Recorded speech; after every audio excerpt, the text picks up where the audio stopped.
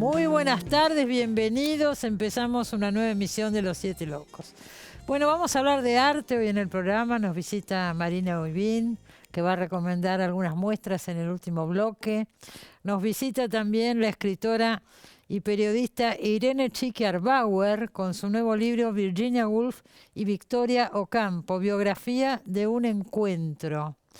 Vamos a recordar, por supuesto, como siempre lo hacemos en el programa, al escritor Luis Chitarroni, que murió hace unos días y todavía no habíamos tenido oportunidad de recordarlo. Estuvo bastantes veces acá en Los Siete Locos, Luis Chitarroni, y vamos a recordarlo en algún momento del programa con una de esas visitas que nos hizo, por supuesto. Y empezamos con un importante escritor argentino que en estos días recibí no uno, sino 3 libros. Hay uno que es una reedición, sus cuentos completos y una nueva novela. Y siempre que saca un nuevo libro nos gusta tenerlo acá. Ahí lo presentamos y charlamos con él. Luis Guzmán nació en Buenos Aires en 1944. Escritor y psicoanalista, recientemente se reeditó su primera novela, El Frasquito, que cumplió 50 años, y se publicaron sus cuentos elegidos y su nueva novela, No quiero decirte adiós.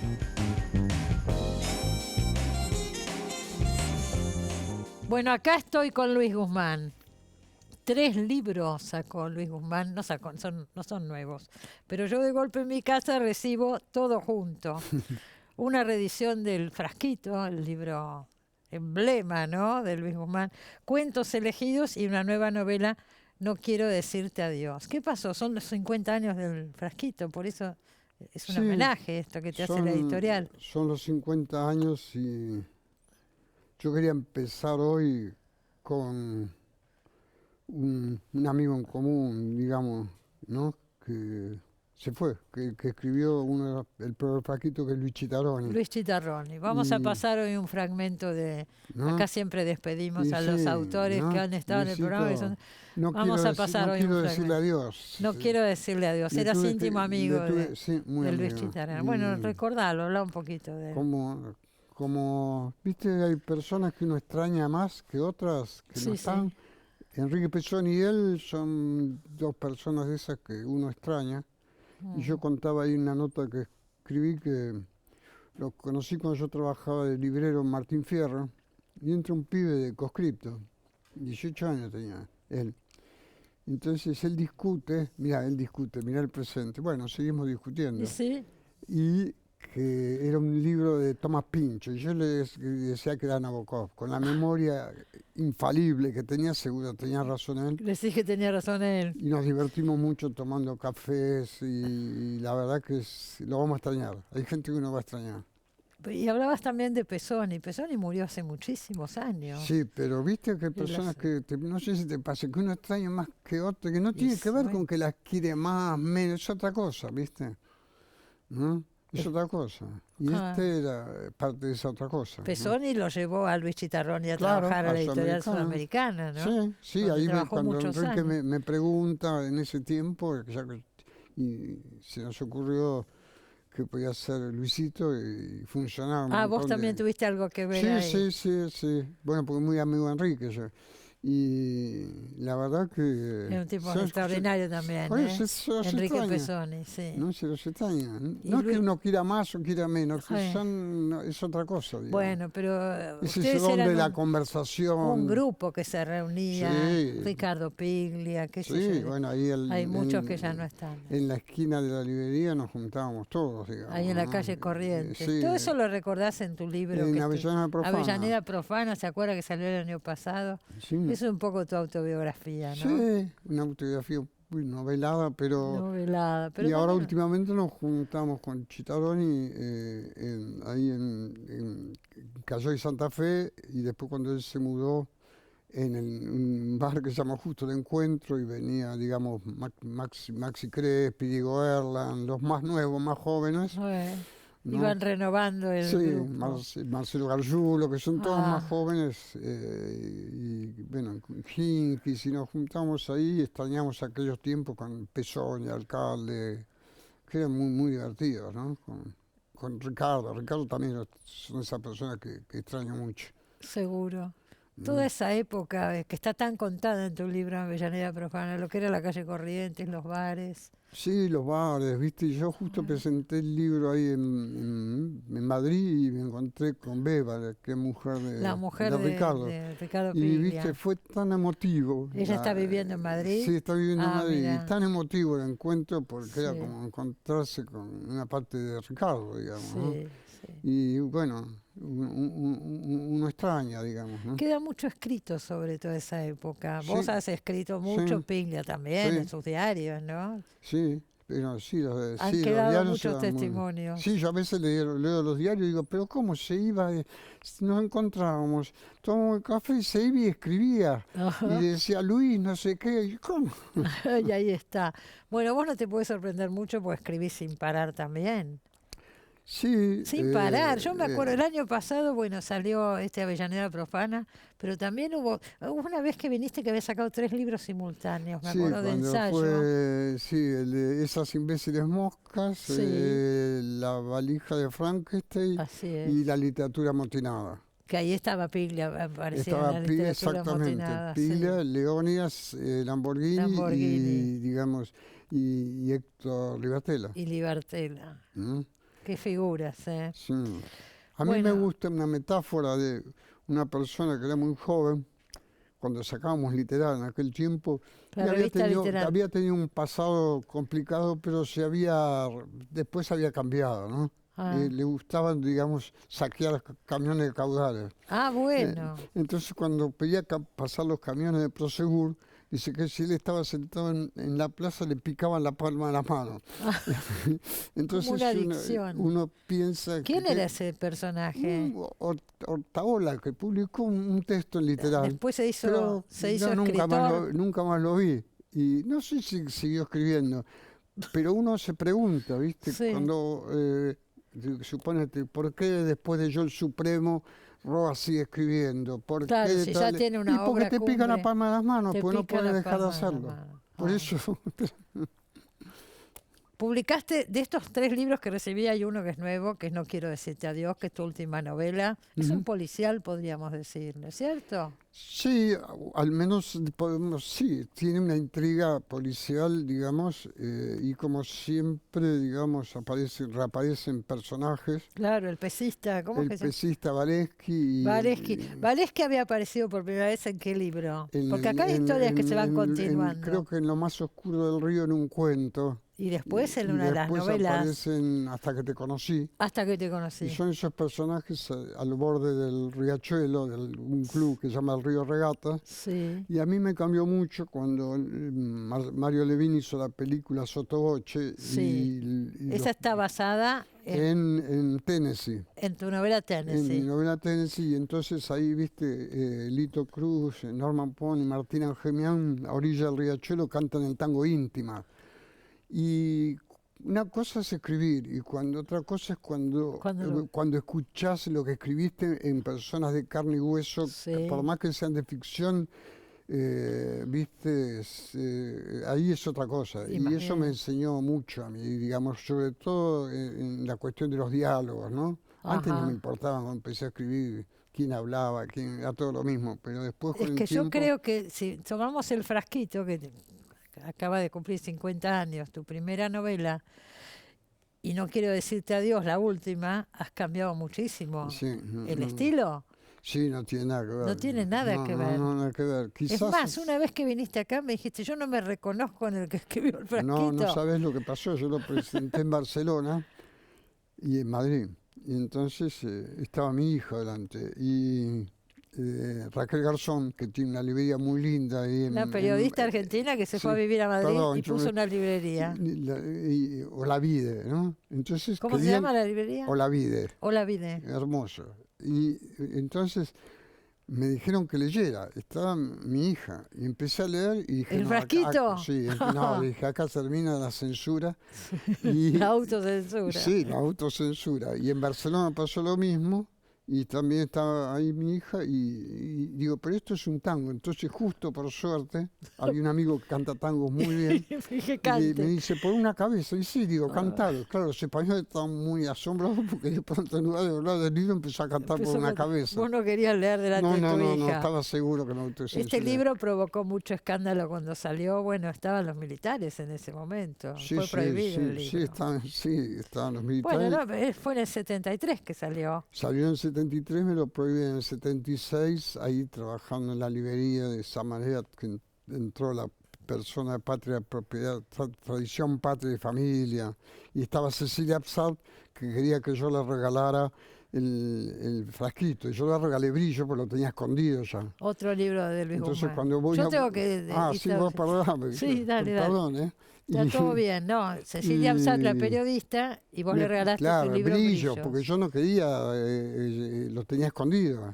Entonces Estaba prohibido. Claro, voy y lo saco. Cuando lo saco y lo voy en la mano, vi una señora y me dice, debe ese libro. Le digo, no está a la venta. Le digo, ese libro no está a la venta. ¿Y quién era esa señora? De patria, propiedad y Ah. tradición, me prohíbe el libro Reina Rofé, Monte de Venus, que estaba en la vidriera. En ese momento vos no podías tener o libros en la vidriera, libros en el estante y libros en la mesa. En ningún lugar, el prohibido no Tenías podía en estar. distintos lugares. Había una lista. Sí, todos los días llegaban de municipalidad.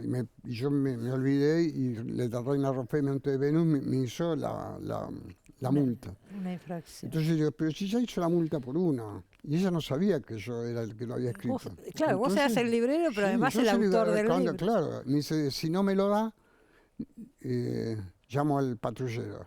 Entonces ahí me convenció. Y entonces le pregunto, ¿qué va a pasar? ¿Qué va a pasar? Entonces me dice, pregúntele a Medina, a Enrique Medina, el autor de Las Prohibido tumbas. también. Prohibido. Digo, ¿pero qué le tengo que preguntar? Que ahora escribe cuentos para niños para engañarnos.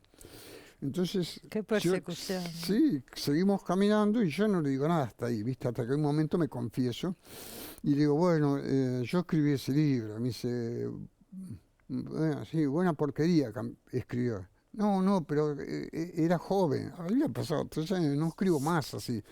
Entonces le leo un pedazo de Brillos y me dice, no, usted es un degenerado. Y ahí...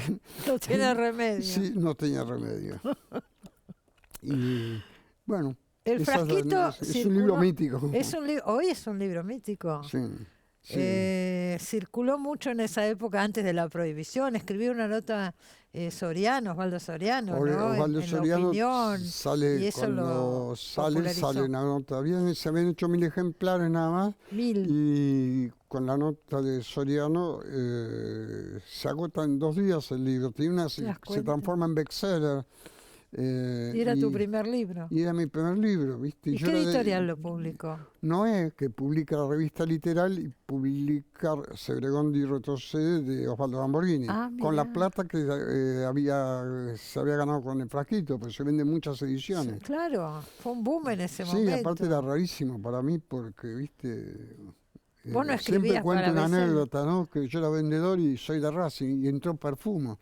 Y cuando entraba Perfumo casi me muero. Entonces le di el libro, no apareció más Perfumo. ¿No le habrá gustado? No sé, pero... Nunca bueno, era supiste. psicólogo social, ¿no? Ajá. Una persona muy formada. ¿no? Ajá, pero nunca te dijo nada. Nunca me dijo nada.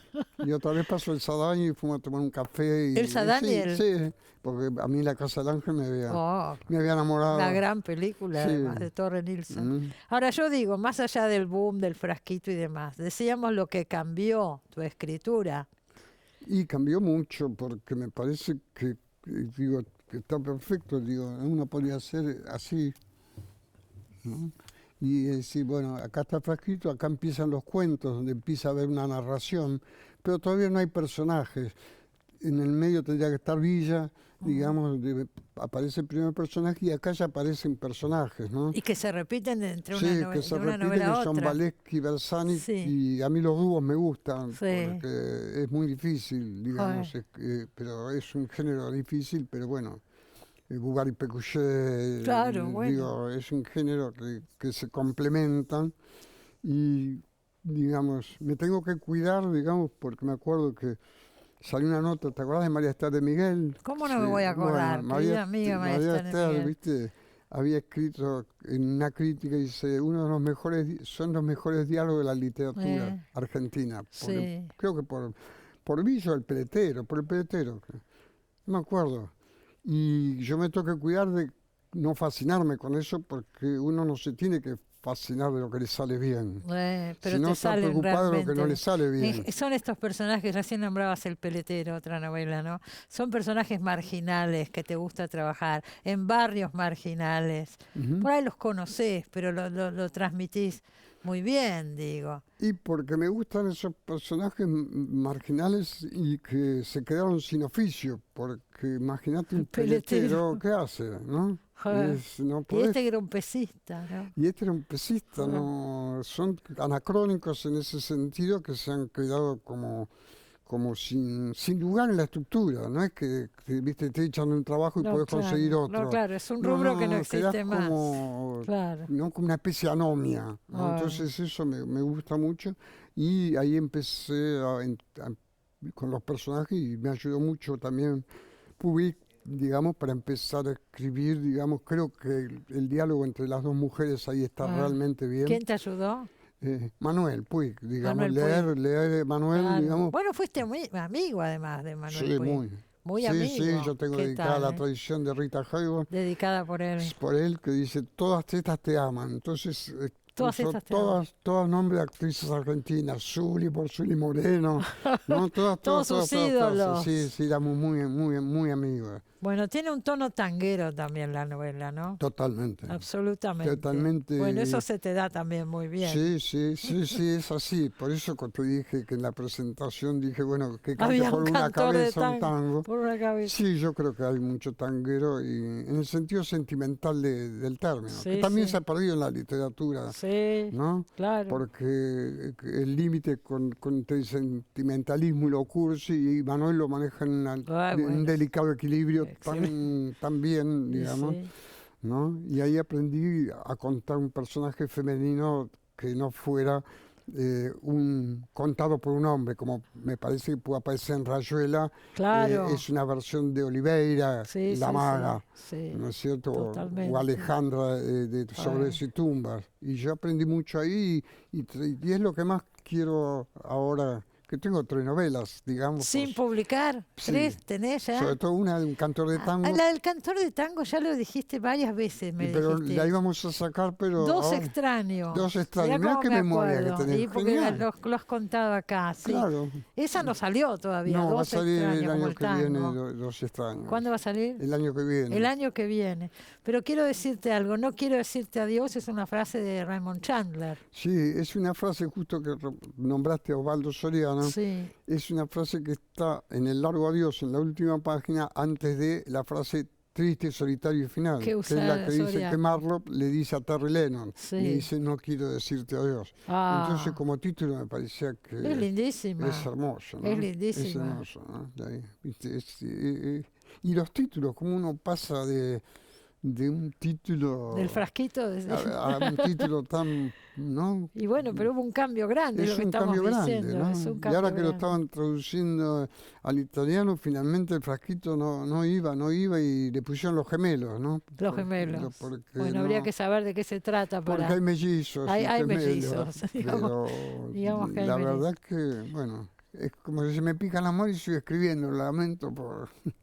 Pero al contrario, los lectores agradecidos. No. Entonces el próximo va a ser Dos extraños. El próximo va a ser Dos extraños, y sí. Y ya para esa altura tendrás 3 escritas más. Y tengo, 2 más ya que bueno, te propongo una cosa. Vamos a despedirnos, a cerrar el bloque viendo un fragmento de una visita que nos hizo Luis Chitarroni. Nosotros siempre recordamos a los autores. Es una alegría, una emoción y una tristeza. Bueno, todo Muchas junto. Gracias, todo junto. Estuvo varias veces en este programa, por supuesto, a lo largo de los años.